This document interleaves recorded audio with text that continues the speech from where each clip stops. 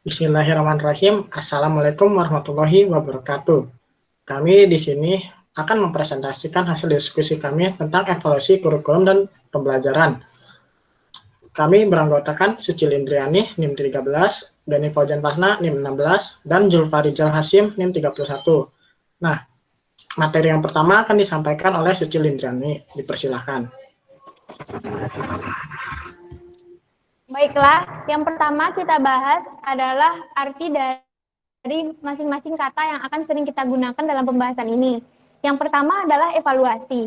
Evaluasi itu merupakan penerapan prosedur ilmiah yang sistematis untuk menilai rancangan, selanjutnya menyajikan informasi dalam rangka pengambilan keputusan terhadap implementasi dan efektivitas suatu program.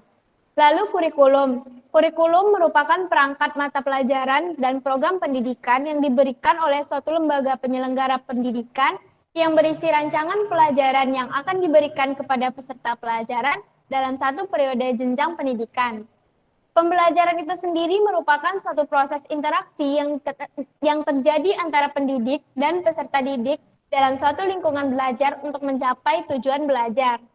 Kemudian, evaluasi kurikulum dan pembelajaran itu sendiri merupakan suatu proses sistematik yang mencakup siswa, tenaga pengajar, dan institusi pendidikan tentang manfaat, kesesuaian efektivitas, dan efisien dari kurikulum yang ditetapkan agar dapat terrealisasikan dalam suatu proses pembelajaran. Dalam evaluasi kurikulum dan pendidikan ini, sering digunakan 3 istilah, yaitu tes, pengukuran, dan penilaian. Tes merupakan salah satu cara untuk menaksir besarnya kemampuan seseorang secara tidak langsung. Pengukuran itu sendiri merupakan kegiatan membandingkan hasil pengamatan dengan kriteria. Lalu penilaian. Penilaian adalah kegiatan menafsirkan dan mendeskripsikan hasil dari pengukuran.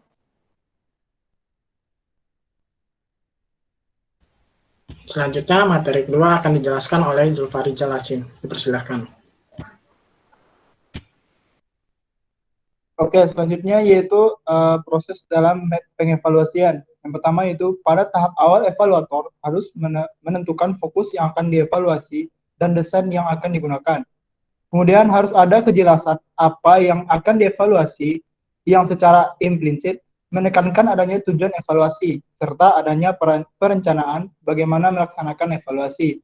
Selanjutnya itu dilakukan pengumpulan data, menganalisis dan membuat interpretasi terhadap data yang terkumpul serta membuat laporan. Yang terakhir itu selain elevator juga harus melakukan pengetahuan terhadap evaluasi dan pengevaluasian apa yang telah dilakukan dalam melaksanakan evaluasi.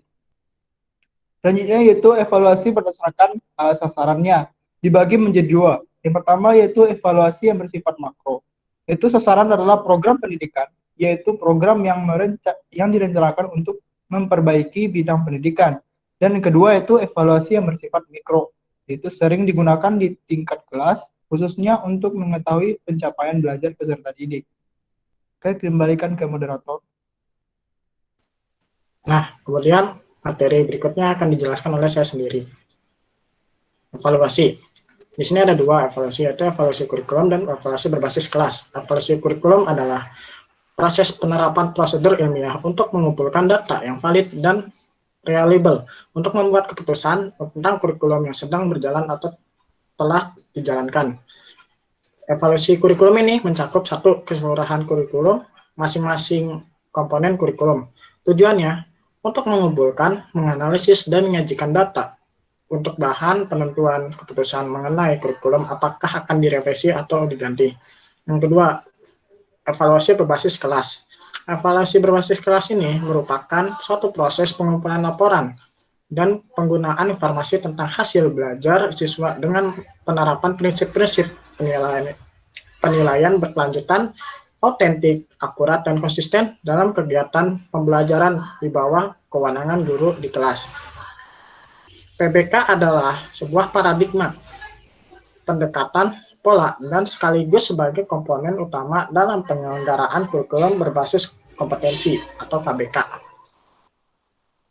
Di sini ada jenis-jenis evaluasi, ada 4, yaitu evaluasi reflektif, mengkaji tentang ide yang dikembangkan dan dijadikan landasan bagi kurikulum. Yang kedua, evaluasi rencana digunakan ketika inovasi memulai diperkenalkan dalam pengembangan kurikulum dan setelah teknologi pengembangan kurikulum sebagai rencana menghasilkan format-format tertentu.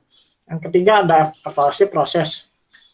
Di sini lebih banyak mencurahkan perhatian terhadap dimensi kurikulum itu sebagai kegiatan termasuk faktor-faktor yang mempengaruhinya seperti kepala sekolah, guru, peserta didik, sarana dan prasarana, sistem supervisi dan monitoring, lingkungan, orang tua, dan sebagainya. Yang keempat, evaluasi hasil.